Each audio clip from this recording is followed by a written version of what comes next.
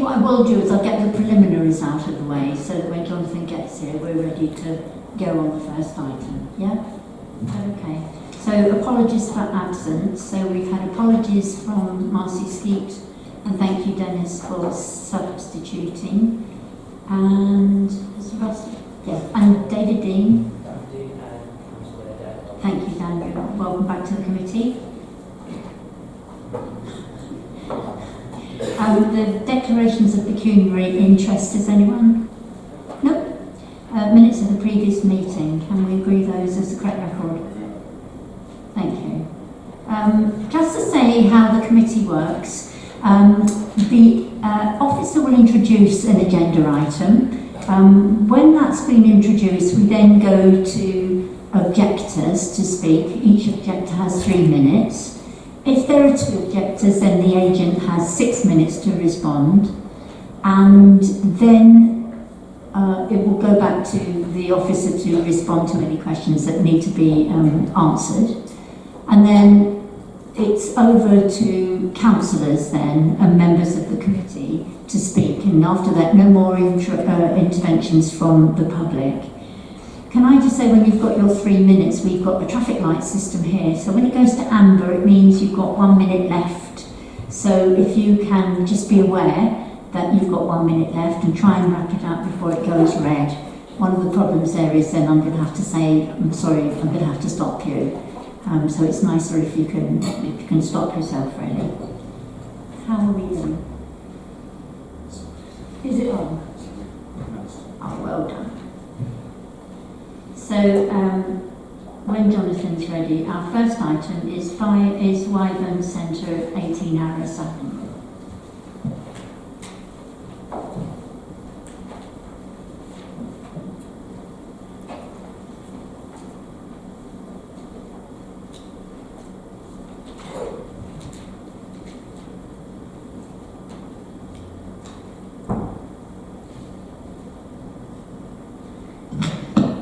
Chair, if I can just refer members to the modifications sheet and also draw your attention to the late representations which have been summarised. I'm afraid there have been further letters passed to the since the supplementary agenda was published. Our officers have received a couple of other submissions. One was from the Morden Scout group, and they've said as follows: until an agreement has been put in place and signed by both parties, no building work can start because the right-of-way will need to be protected while development is taking place on the site, so members can come and go safely. We have had 2 meetings with the agents, and each time problems and concerns have been raised on sharing the right-of-way and both using the same and the width of the path, and we, brackets, my brackets, the Scout group, have offered for them to buy our deed. We've had a letter from 17 Arras Avenue, which is pretty much opposite the site to the south, and they have said the proposed number of homes is out of character with the neighbourhood. The number of parking spaces will not service the needs of the development and will cause parking issues. There is limited turning space, which will mean deliveries and unloading having to back out onto a busy road. Concerns about accidents from limited visibility. Concerns regarding adequacy of refuse storage and rubbish spilling out onto the street and likely to attract fly tipping. We will have to live with the comings and goings in 6 properties, all with access along one boundary opposite their house. The application almost seems identical to a previously rejected scheme, so why is it being recommended for approval? This application is being brought before committee for consideration due to the range of objections that have been received and the number of objections. The application has been submitted in a form that seeks to amend a condition on the current planning permission which permits the change of use of the former youth centre, that's this building in the photograph, from a youth centre to 6 flats with 4 parking spaces. The condition to be changed relates to the approved drawings. The principle of converting the youth centre to provide 6 flats was approved by Planning Committee after discussion in February last year. So there's currently a live planning permission which can be implemented to change the youth centre to provide 6 flats with 4 parking spaces. The location of the vehicle access, if I can just take you through to the drawings on the presentation here.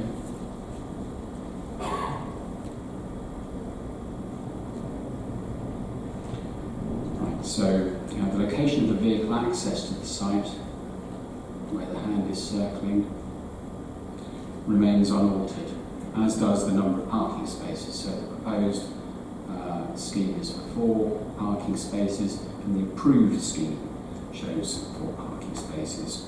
And at paragraph 3.2 of the officer's report, there is a list of the changes. So I can just ask you to perhaps turn to page 8, paragraph 3.2, and you'll see there points 1 to 6, the proposed changes to the scheme.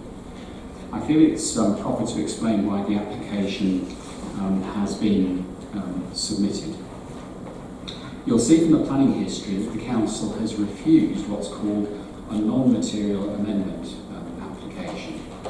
The whole issue of amendments to planning applications was formalised a few years ago when the government provided further guidance and advice and amended the Planning Act to enable 2 types of amendments to be endorsed by councils or by decision makers. Under section 96A of the Planning Act, there were non-material amendments.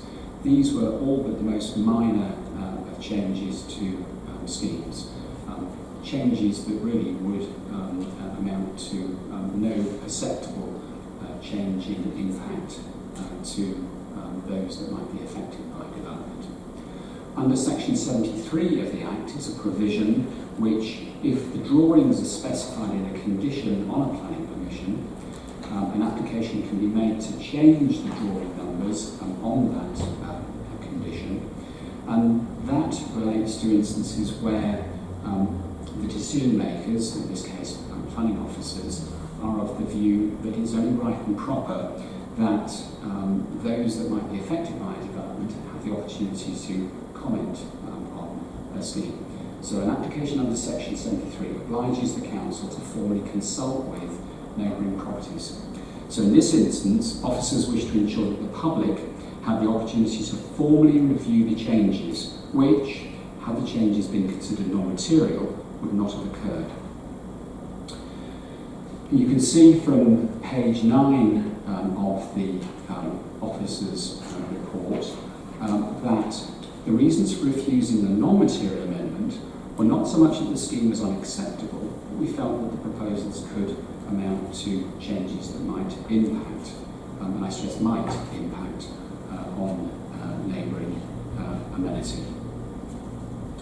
So planning officers have reviewed this application, which, as I've said, simply seeks to amend the condition relating to the approved drawings for a scheme which has already been approved by this planning committee.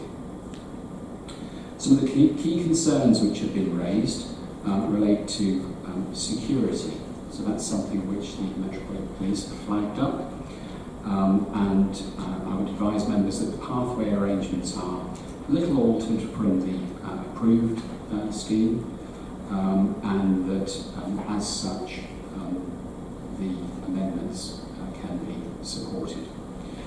There are concerns about the positions of doors and the gardens which serve the units. And again, if we look at the, if I go back to the approved plans, there are positions of doors on the east elevation. And if we go to the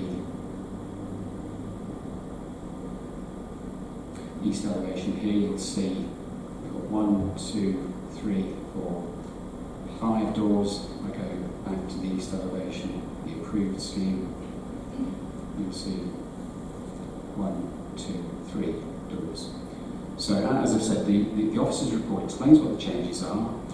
The changes are in our judgment material, warrant reassessment, but again, the positions of doors and gardens are ones in which, as a matter of judgment, officers conclude it wouldn't be a basis to withhold permission. There are concerns about refuse.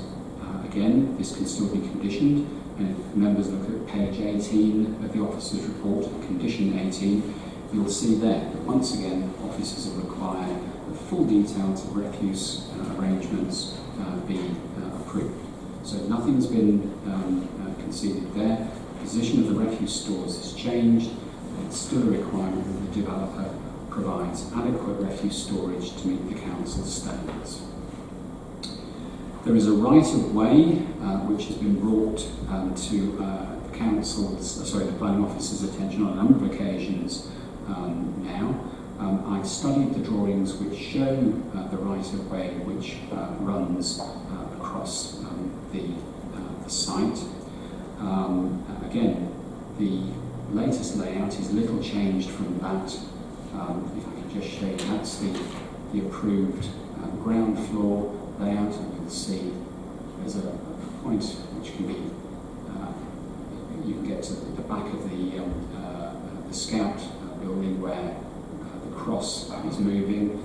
You'll see there are footpaths which run around the building and out to the front of the site, and roughly where the hand is going across the screen is the current right of way across the site. Now, this is a matter which is covered outside of the formal scope of town and country planning controls.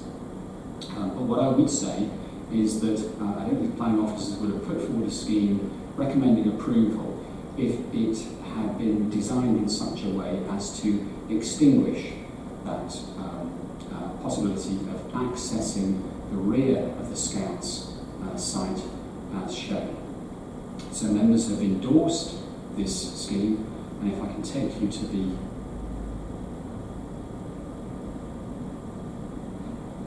that's the latest layout, and you'll see again there's a route along this side, a route along this side, and an access into the back of the Scouts site.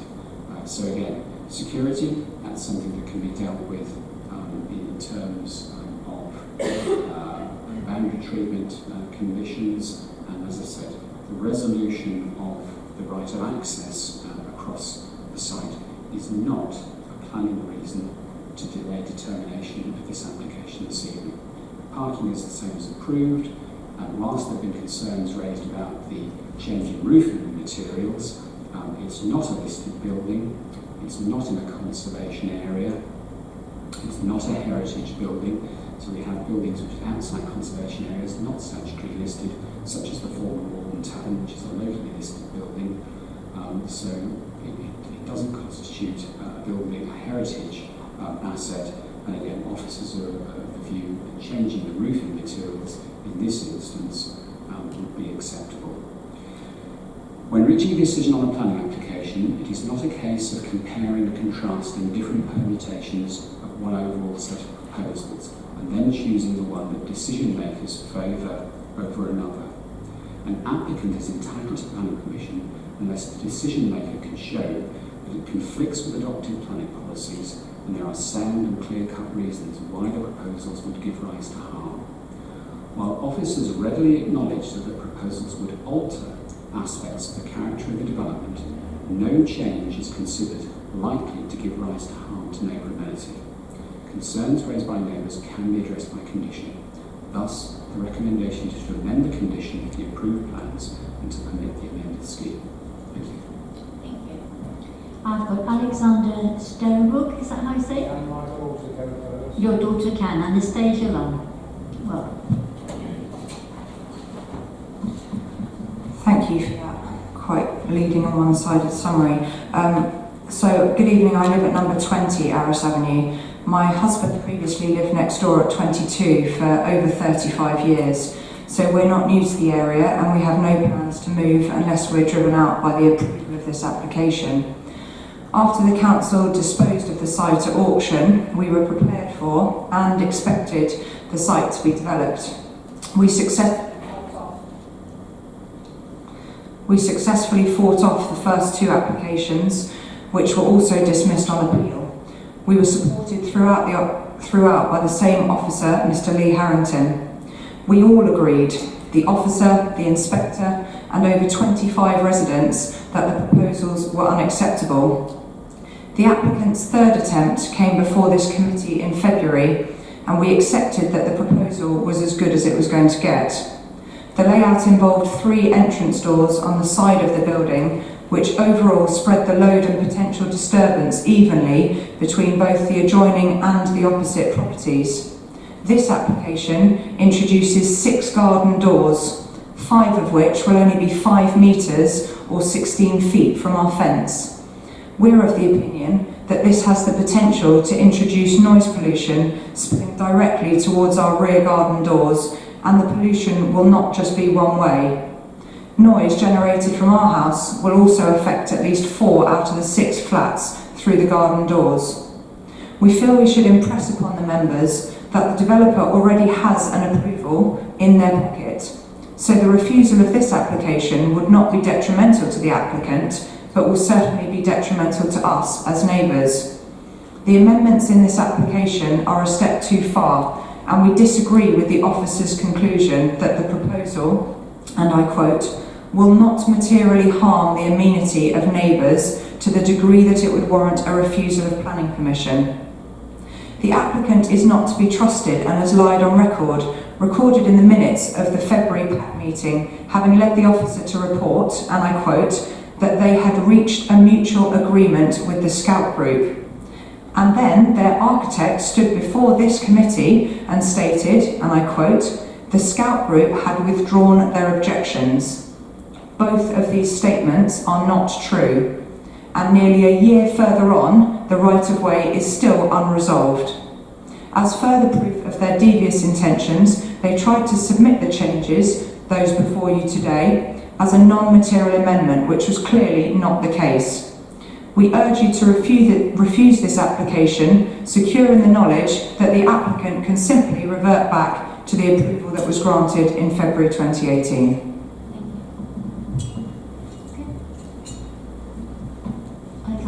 Okay. Good evening, members. I live at 22 Arras Avenue, only 6 metres further away from the application site than the previous speaker, and our gardens are communal with no separating fence. If it's permitted, I think the members would benefit from hearing in a little more detail from the officer on the following points, although the bias of his summary was quite outstanding. Why did the officer overturn the recommendation for refusal by Officer Lee Harrington? What were the key differences in opinion? We have circulated various photographs and plans to the members, which we hope they have had time to study. These include the marked up plan and the original title deed plan of the Scouts right-of-way.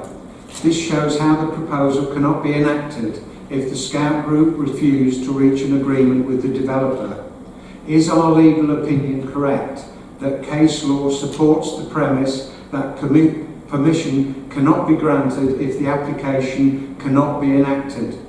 If this has not been clarified prior to this meeting, then I respectfully ask that the consideration of this application be deferred until the next meeting to allow time for further investigation.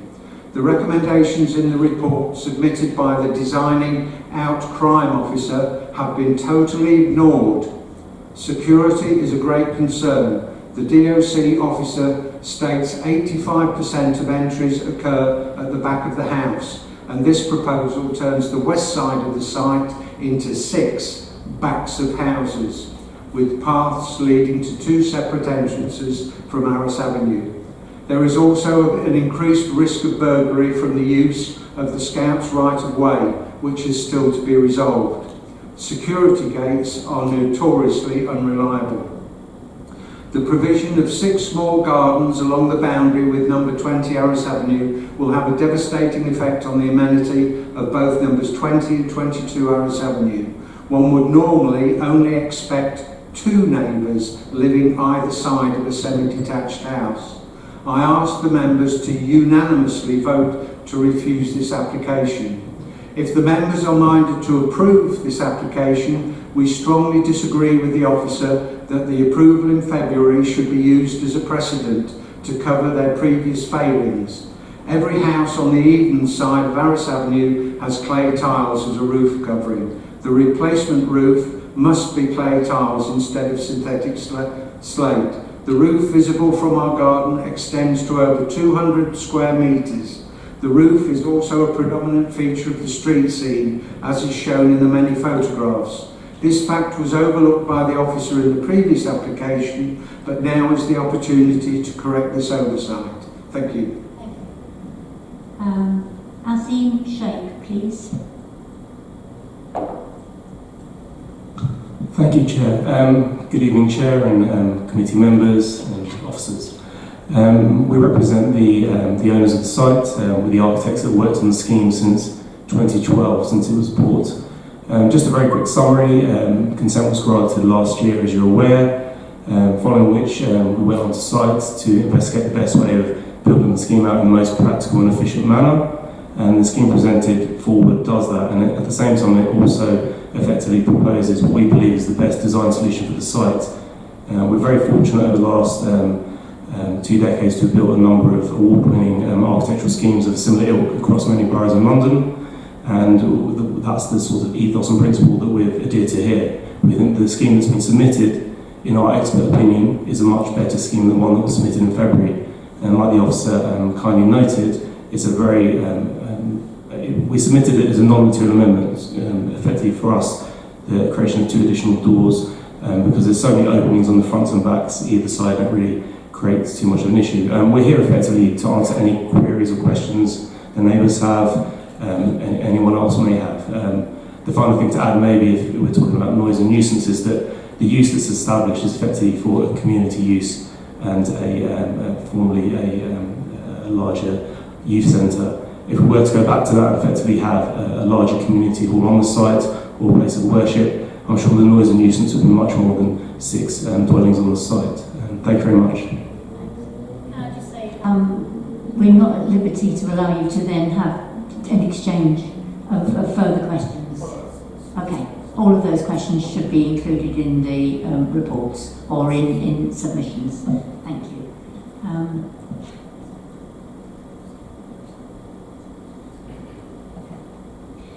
So, Natasha. Councillor Irons. Thank you, Chair. As a councillor and a person who has in the past struggled to find adequate housing, I'm acutely aware of the importance to provide quality housing in our borough. However, in a case like this, we have to ensure that developments make every effort to minimise their impact on residents and aren't detrimental to the community around them. I'm in total agreement with the residents who have asked me to speak on their behalf today and believe this application should be refused. There are a number of things I could expand on, such as the parking, 4 parking spaces, and not only just overlooking 16 and 20, but also the properties directly opposite. But I will focus on 3 things. Firstly, after previous rejections, residents were happy to accept plans that were approved in February, which split entrances evenly between the east and west sides of the building, distributing disturbances evenly either side. This plan reinstates aspects that resulted in previous rejections and will mean residents at 16s are subjected to noise, and the noise any block of flats can generate day to day, not just once a week at a youth club. Why antagonise residents by changing plans when something acceptable to them had already been approved? This application undermines any trust in the developer. Secondly, the plan falls short of providing the second scout group, Morden, any adequate access to their premises. Under their constitution, the Scouts have to provide access to children with disabilities.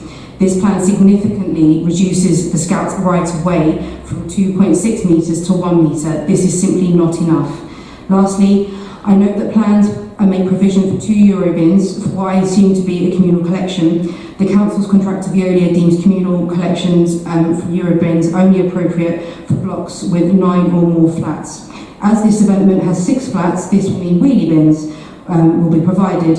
This current plan makes no attempt to mitigate this and will mean number 20 Arras has refuse stored next to their property. I ask you to refuse this application. So I move to members for questions.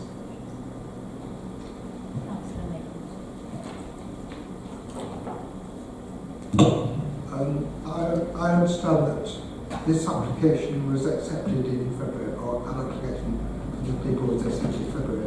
Most of the committee at the moment weren't on that panel. I wasn't, certainly. My question is that I've just heard tonight that there were a few applications put in before which were turned down, and they appealed against and they were turned down as well. Could you explain what the difference between this application, taking the whole lot, that's what was done in February, and the application that were turned down was, and have they been amended to?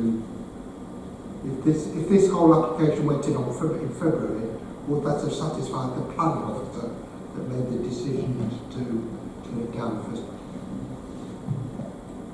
Chair, if I can ask members to look at page 9 of the officer's report, you will see there are some of the historic planning, when I say historic, the earlier planning decisions on the site.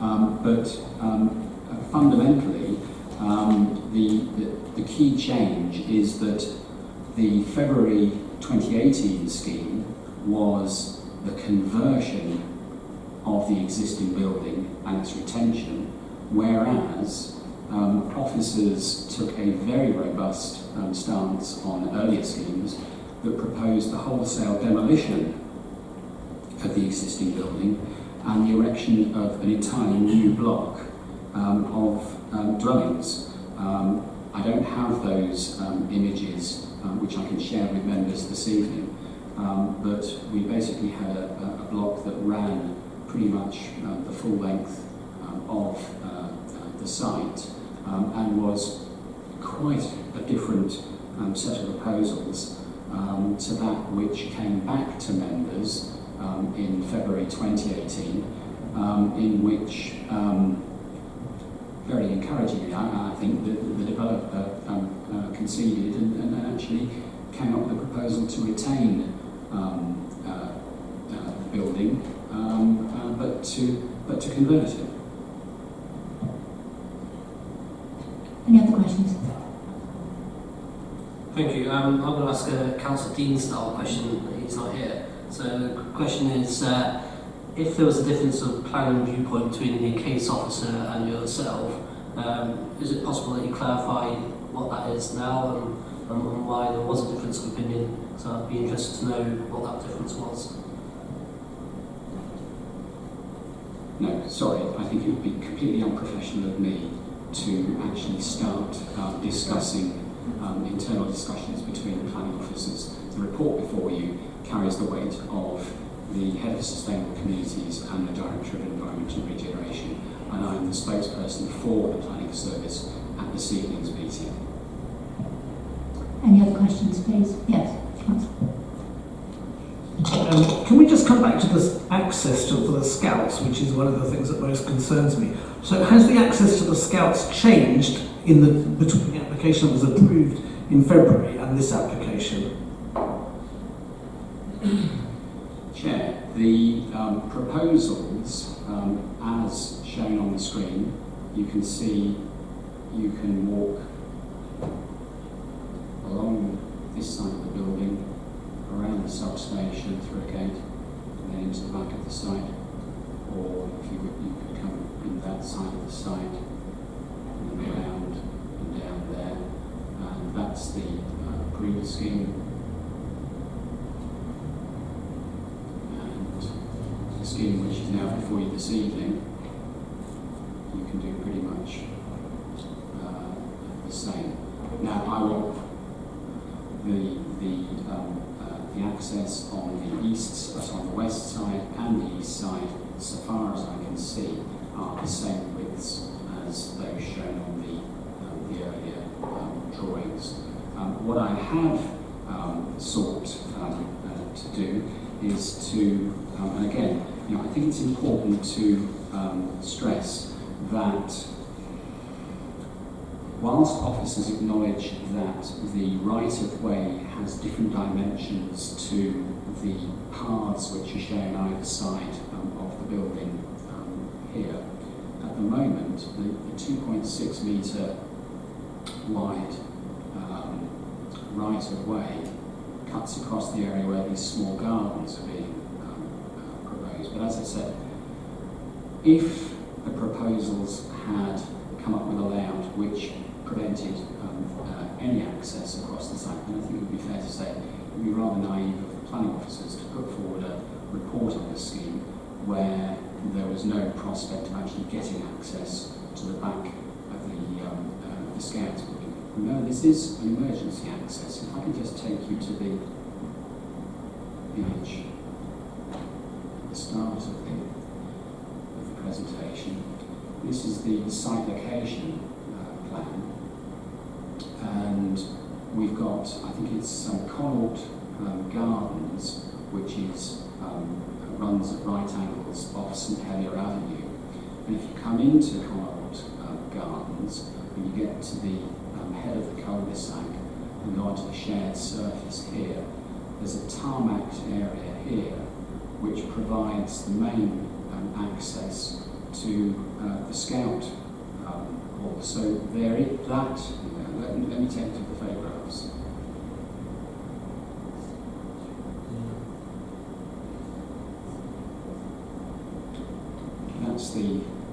That's the access from Connaught Gardens. So this is an emergency access that we're talking about. But presumably, in order for the Scouts to be able to use the hut, they have to have emergency exit in case of a problem. So perhaps I'm just misunderstanding. With this proposal, will the Scouts be able to get disabled people out of the Scout hut through the emergency access if they need to? Because I would feel very uncomfortable in doing something that stopped the Scouts, and I think you said you just had a letter from them saying that they were still very concerned about this. Chair, that's correct. So far as I'm aware, no formal agreement has been reached between the Scouts over this matter of the right of access and the current landowner. Having said that, I've looked at the dimensions of the access on the east and west sides of the building.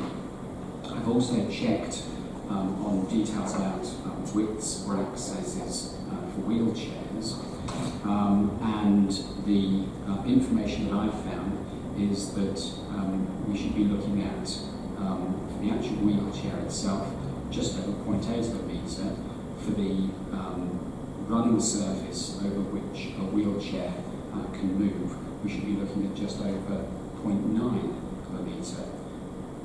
In both cases, the route to the east and west of the building exceed those dimensions. Could we make it a planning application that there is an access agreement between the Scouts and the developer? It's not a planning issue. Okay, thank you. Thank you. Councillor Lyons mentioned the point about wheelie bins. Now, this is a subject I speak about a lot in this chamber, and I used to when I used to be full-time on this committee. Can you clarify if the current bin size as proposed would be large enough to tolerate the required number of wheelie bins that the council generally forces upon residents? Because quite often developers do not provide enough space, therefore it lands on the street and annoys everybody, and I really wouldn't want to see that here.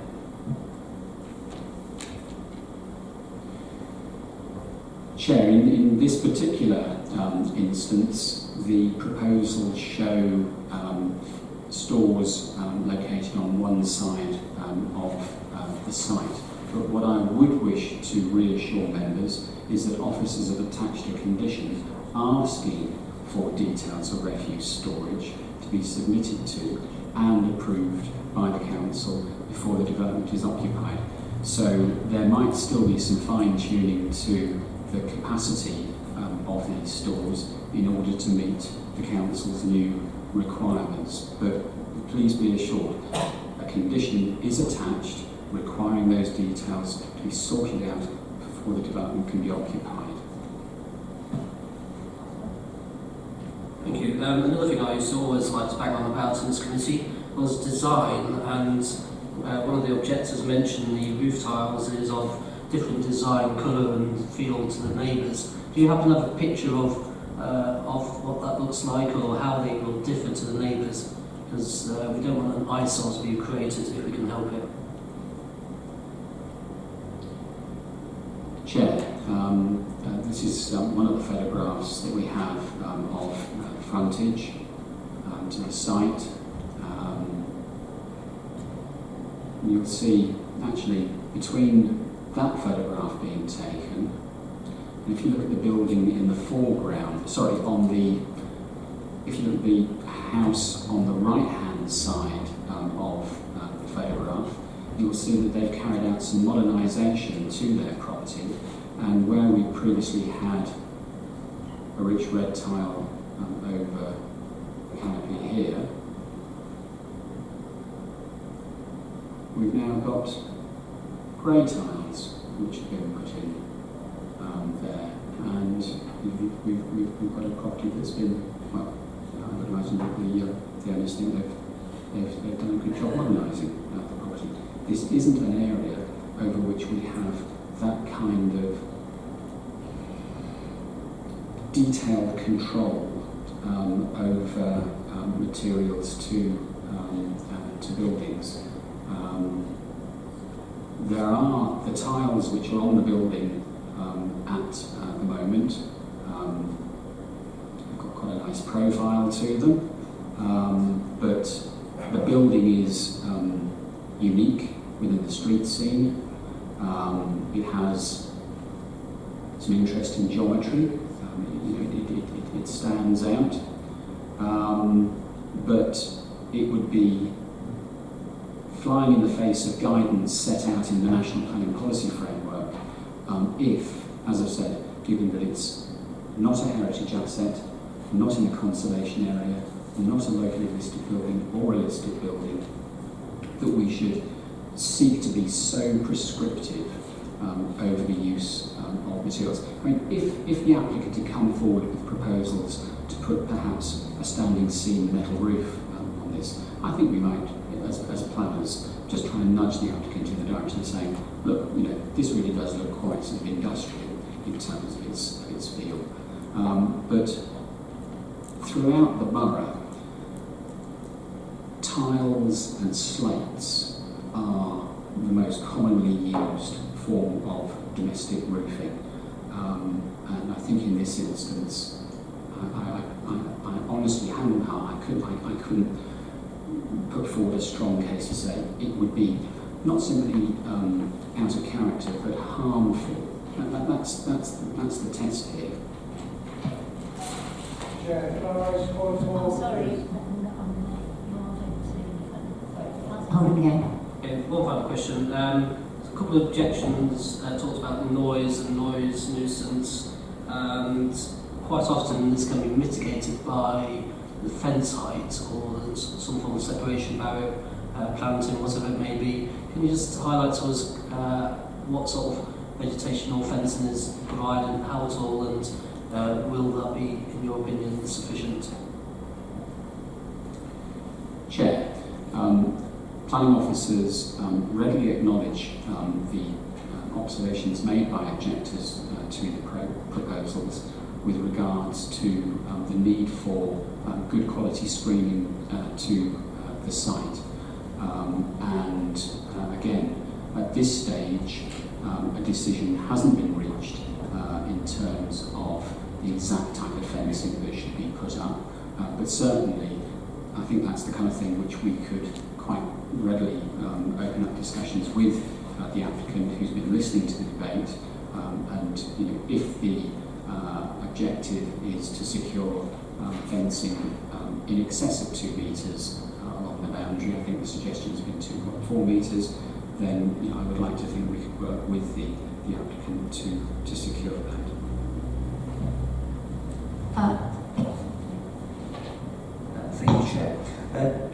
Karen's mentioned there's an issue of overlooking, and also Ms. Long said that 5 out of these 6 houses now were within 5 metres of their vicinity. Could the officers sort of clarify the situation? Chair, you'll see for this is the current proposals where we have accesses to this unit. Sorry, if you just follow that, another unit there, another unit here, and then here, and then we have the back garden.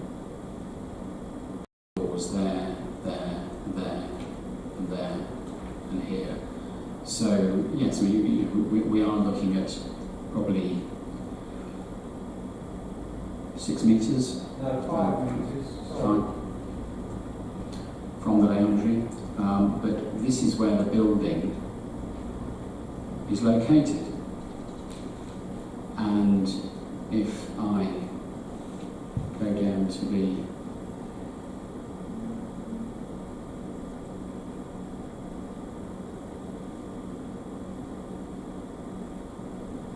sorry, I've just got past it.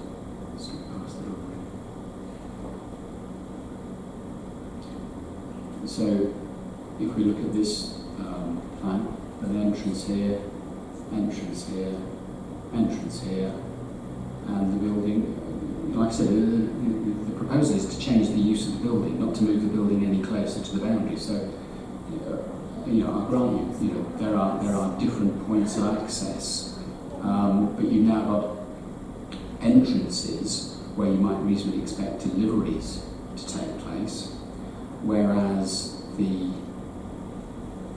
proposals have the back gardens to these units, whereas the deliveries would take place along this side of the building. So that's why I think it was important for planning officers that we dealt with this not as a non-material amendment, but as a minor material amendment to the scheme, which legally requires the council to consult with neighbours to see what their views are, and then to reach a judgment ourselves as planners, and then, given the numbers of objections that have been raised, to put the report to you to determine whether or not the scheme can be supported. As I've said, I readily acknowledge that the proposals change the impacts arising from the development, but whereas the scheme that's before you has got these small garden areas outside of what would be the backs of some of the units, the scheme that's been approved has the access and therefore servicing and deliveries for the properties on this side. That's no longer the case. So yes, these areas might experience a little more activity than the approved scheme, but they wouldn't have the activity associated with delivery to the scheme. The flip side is you've now got a scheme which, rather than having an open area there which provides access to the flats, you've now got a layout which could provide 2 rows of boundary fences. So again, there are pros and cons here. Councillor Smith. I don't know if this is possible, but as a compromise, the emergency access, instead of being just 1 metre wide, could we have it as 1.5, so that it seems very narrow and very tight. We tend to go across with 0.9 metre. I don't know if that is within the rules. Chair, the narrower of the 2 access routes is along this side of the site, the west side of the site, and that's around a metre. On this side, it's around 1.5 metres. So we've already got 1.5 metres access here, and again, without wishing to try to just stick to this scheme. Yes, I mean, we could be looking at further changes to to the scheme. But again, does that actually overcome the concern regarding the right of way across the site? If there's 1.5 metres which can take you from the back of the scout hut through the site and out to the front of the site, it may appear a little unreasonable to then be saying to the developer, well, you've got to provide another 1.5 metre route along the other side of the site, because certainly in terms of safety and security, if we can manage one route rather than having to manage two, I would suggest that's a way of maintaining security for the occupiers of number 20 more effectively. Any further questions? Councillor Roth. Can I just go back to the point about the fence and the size of the fence or something else to you said there could be discussions with the developer. Is that something that can be made a condition? Because if I were the residents, I might not have total confidence in the developers to actually do that if they said they would. So could we make that a condition? Chair, what I would suggest is that the condition stands that the details have to be agreed, but that perhaps it's minuted in the minutes of this meeting that it was the members' wishes that the fence be 2.4 metres high, which would then give the planning officers the leverage to take the matter further. Remember, when we actually draft a condition that goes on a planning permission, the applicant has the right to appeal that condition.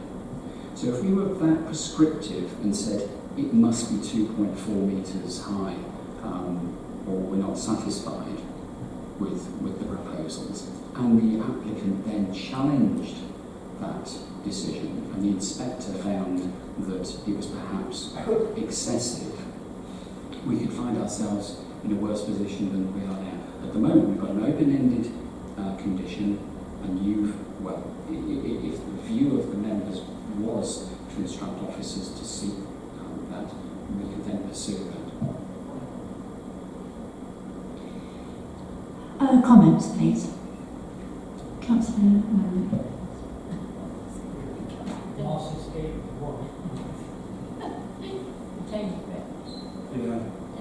Thank you, Chair.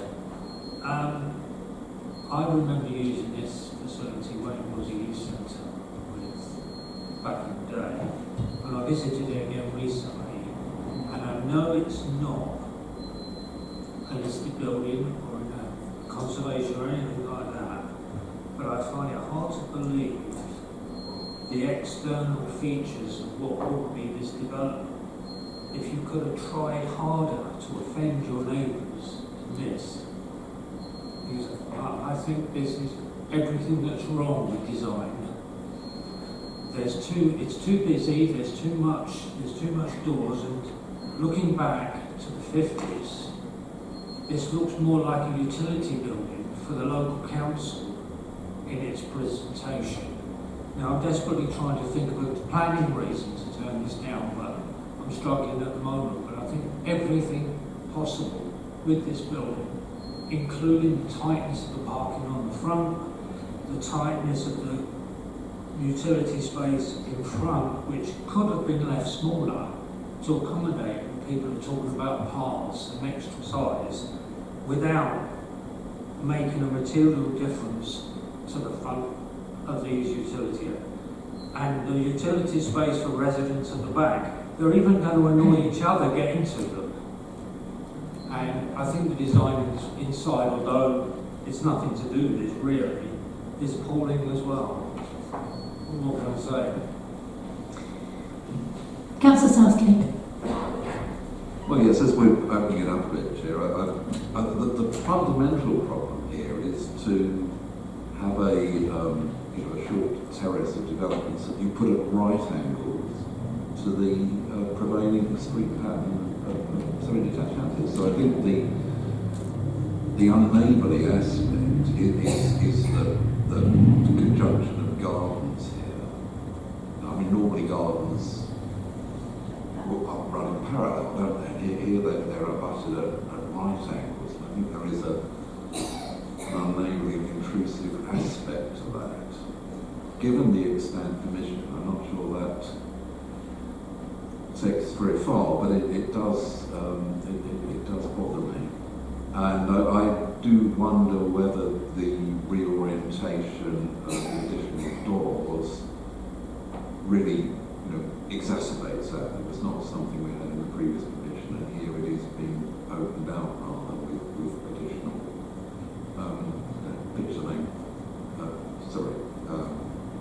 pitch windows and doors, as well as overall additional doors in the structure.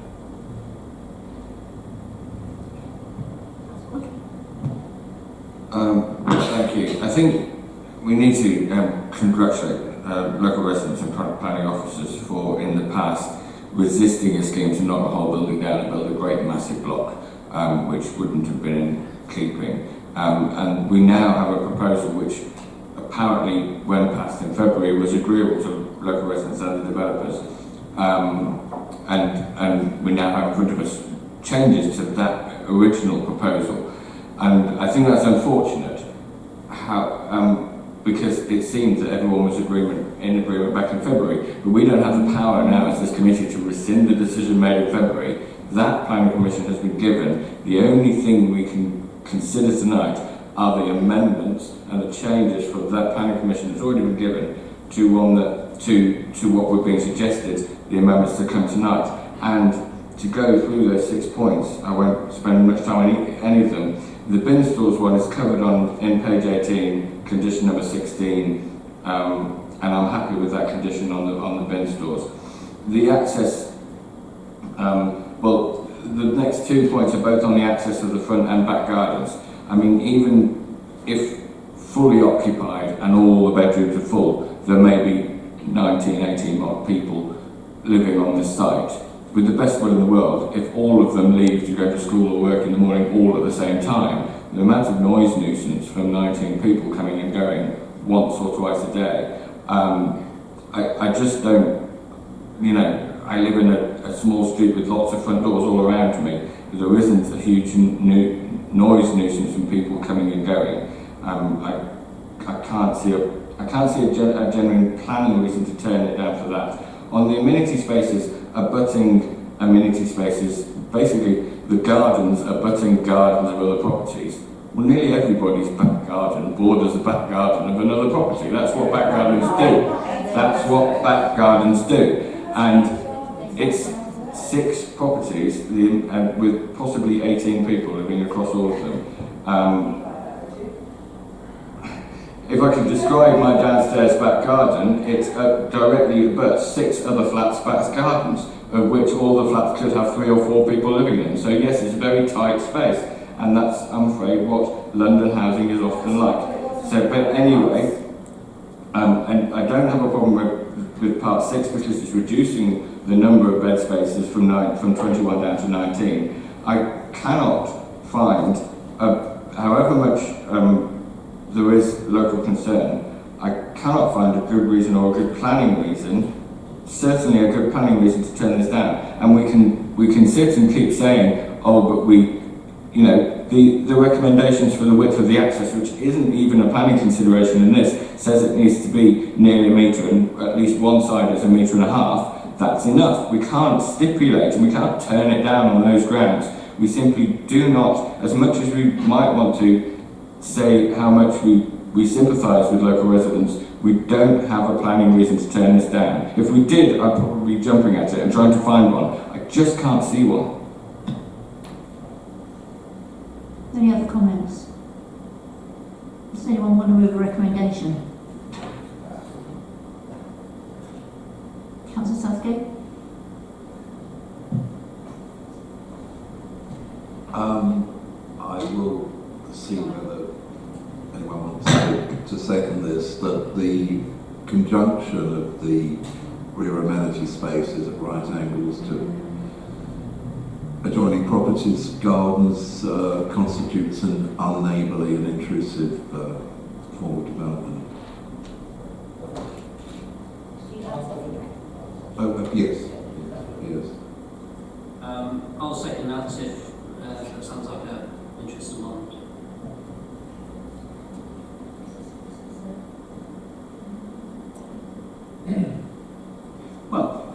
said, a lot of this really does turn on judgment as to whether or not the scheme is so harmful that it would need to be refused. I've set out my view on this, and I don't feel that it's something which would necessarily be supported or appealed. But we have had instances where inspectors have considered the impact of individual properties that have been inserted into the street scene, where inspectors have taken the view that the inclusion of one new garden next to someone else's garden, the activity associated with it, wouldn't be reason to withhold permission. I can only say I'm a little uneasy on this, because the design and layout is such that occupiers have a choice of garden spaces that they can use. They can either use the longer rectangles on the left, or sorry, on the right-hand side of the image, or perhaps for simply sitting out of their living room, there's the small courtyard areas. It's not something which can be readily quantifiable, not something you can sort of measure with a set of tables. If you feel that it's inappropriate, then... All right, so we've got a recommendation. I'm going to... Sorry, Councillor. I think that the applicant has been lucky to get the application in February, and the application here is taking the mickey in some ways. And I agree with Peter Sadgate on what's happening, because they gave me no evidence as to why this needs to be done. What the difference was, it wasn't stated in the document, it wasn't stated by the applicant when they spoke, and the residents have made quite a good point in some ways. I know some of it wasn't our planning issues, but all I was looking for was planning reasons for turning down. So we have a recommendation. We'd like to repeat your... How did you go? It's written. Yeah. Could you read your two please? Due to the conjunction of real amenity space and right angles, it's unneighbourly and undesirable. Well, I think it said intrusive.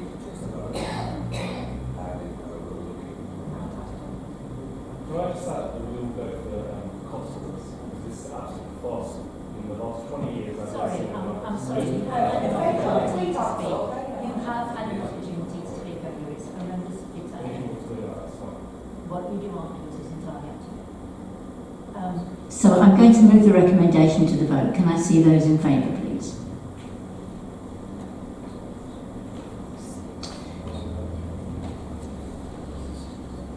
Those against?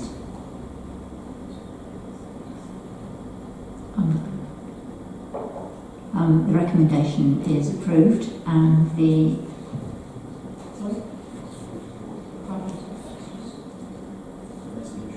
to refuse. Yeah, the recommendation is to refuse permission. Thank you. Thank you, councillors. We now move to agenda item 6, which is 28 New Barnes Avenue.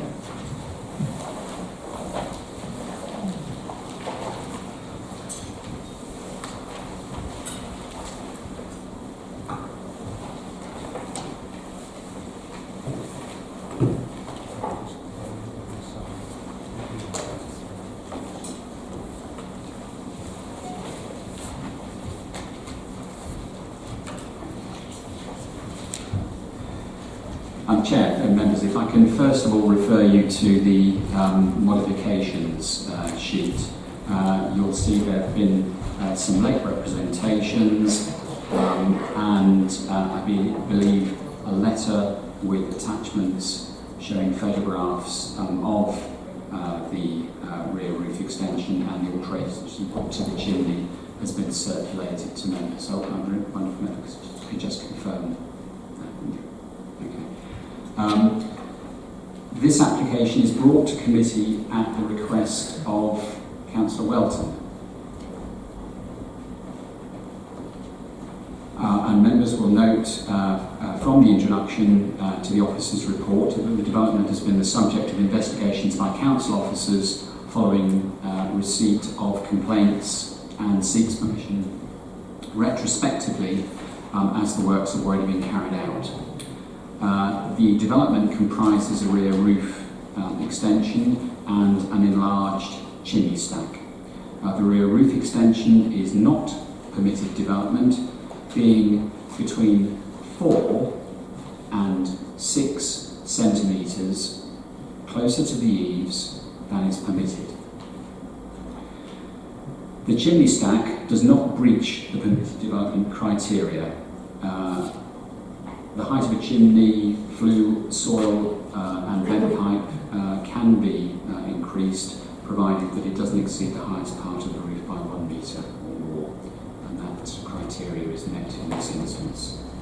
So, notwithstanding that concerns have been raised regarding the design and appearance of the development, objections have tended to focus on structural and other matters covered by the building regulations. Officers have, since circulating the supplementary agenda, received a copy of Council's building control completion certificate pertaining to the loft conversion. The notice, issued on the 16th of January, certifies that the building work indicated above has, as far as the Council have been able to ascertain, been carried out in accordance with the relevant parts of Schedule 1 of the building regulations. The notice advises that any necessary permission under the Town and Country Planning Acts must be obtained.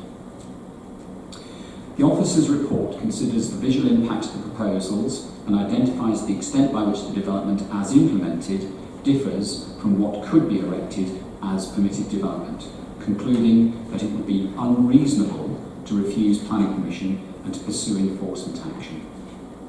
The works to raise the chimney stack, although an integral part of the development, are considered by planning officers to be permitted development. It is recommended that the application be approved.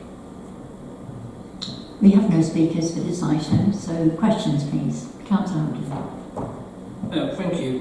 This is a strange one to come to committee. When I first looked at it, it looked very close to permitted developments. I know you just mentioned it isn't, but only by tiny fractions.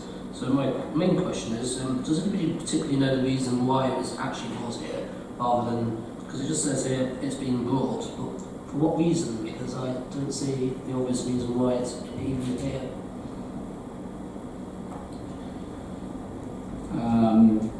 So far as I'm aware, members don't need to give a reason when they ask for a case to be brought before committee. Pardon me?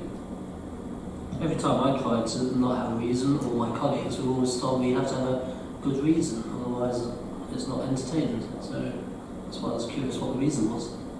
Well, I would normally invite a councillor to set out their reasons. What I would say in this particular instance, and this is by way of background to the application, is that there are ongoing issues regarding complaints to the Ombudsman lodged by the objector concerning the proposals.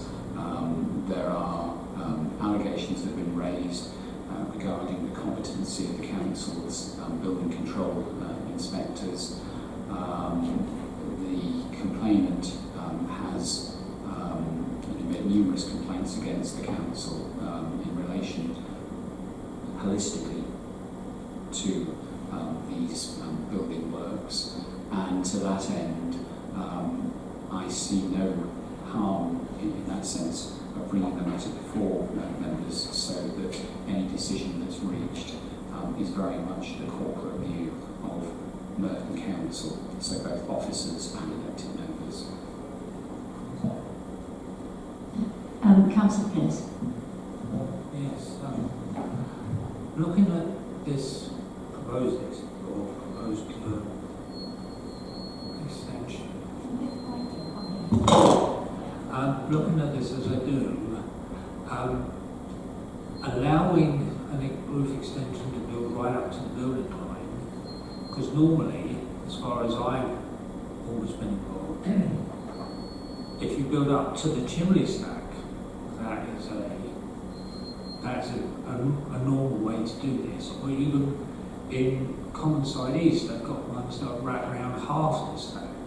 Now, if this is given a yes, would it not set a precedent that, say, the next door neighbour wants to build an roof extension, and what would stop him actually applying for the same size extension, causing, as far as I understand it, if these extensions are made of anything other than brick, surely that would cause a fire hazard in the case of one of the houses catching fire. It would automatically lead to the other one without anything to stop it.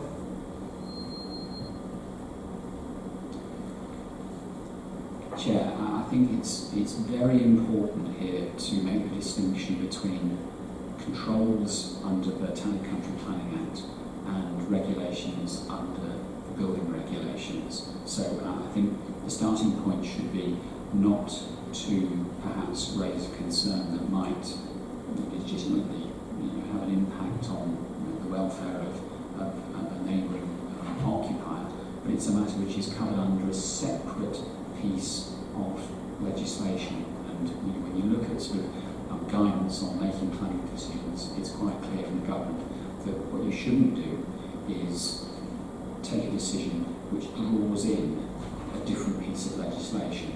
So you shouldn't refuse, say, a conversion on something based on something from the Housing Act. It should be a planning document or a set of planning guidelines. So in this instance, whilst building buildings up to the boundary, I acknowledge it's something that could impact on the spread of fire. The spread of fire is something which is wholly dealt with under the building regulations. So for the determination of this application, it would not be right to consider that. That said, I think the fact that on my file here, I've got a photocopy of the building completion certificate, which the council has signed off, saying, so far as the council can ascertain, the works meet Schedule 1 of the building regulations. So, I wouldn't normally start talking about the building regulations, but I've got that document, which gives me confidence that it does meet the building regulations. I've got a very brief question. In the initial report, 5.1, the consultation says you received one letter of representation, and in the additional this evening, the supplementary agenda, we got an additional representation from the adjoining occupier. Can I just ask, are those two representations from the same person? Thank you. Thank you, Chair. The officer showed the building completion certificate, which is fine. We were sent some photographs today, which actually showed cracks in the brickwork of the doorways, I think the window sills, as well as the chimney stack. So was that building certificate signed before the cracks appeared, or after? And secondly, on page in the modification sheets, it says the submitted plans do not reflect what has been constructed. So could the officer comment on those two ideas, one about the cracks, and secondly, what's been constructed? Chair, as I've said, the objective this evening is to reach a decision on the planning merits of the proposal having regard to the Council's adopted planning policies. A matter is under consideration, or the complainant has lodged a matter with the Ombudsman regarding the competency or otherwise of the Council's building inspectors. I think it would be wrong in a public meeting with myself as a planning officer to offer any view as to whether or not the cracks appearing in the neighbours' properties have had any link whatsoever to the building work that's been carried out. Turning to the other issue regarding the accuracy of the plans, we have a set of plans that have been submitted, which are submitted. We have an application by Structural Design Service, who I think is a company that have made other applications in the borough. And although they are plain and simple drawings, I think for planning purposes, they adequately reflect what you see on the site. So the applicant's drawings show an alteration to the chimney stack, which rises above the ridge of the property by my measurements, pretty much what's actually occurred on site. And if you look at the way in which the edge of the roof extension, both on the elevation and on the cross section, sits very close to the gutter line, again, I think that pretty much reflects what's there. I mean, we are talking about a difference of between 4 and 6 centimetres here, so. Yeah, I think if there are no other questions, are there any comments? Can we? Okay. The question I'm asking myself, if this property actually goes ahead with modification. It's already happened. They've already happened. Would it actually preclude any other properties from doing likewise? Chair, each planning application is considered on its merits, and so the council would have to determine whether or not to support a proposal which came as close to the eaves as this particular proposal. But perhaps to try and give members some reassurance, I would respectfully suggest that the vast majority of roof extensions which come before the planning team that covers the southern half of the borough, so perhaps lots of terraced early 20th century properties, the applicants and their agents will try and work towards a situation where the rear edge of the roof extension is set just 20 centimetres back from the very edge of the eaves, because what most householders don't want to have to do is make a planning application. They simply want to be able to get on with the job and build out the extension. And like I said, we are looking at something which is probably little more than the length of one single tile here, and in this instance it seems to have crept forward a little bit further. Okay. Are you going to recommend we move to the recommendation? Yeah, that's what I'm going to recommend. So, yeah. A few brief comments. And there's been so much talk about things which which are building regulations, which aren't what we are here to decide. We're here to decide on the planning application, which is 4 to 6 centimetres slightly too close to the edge than it should be.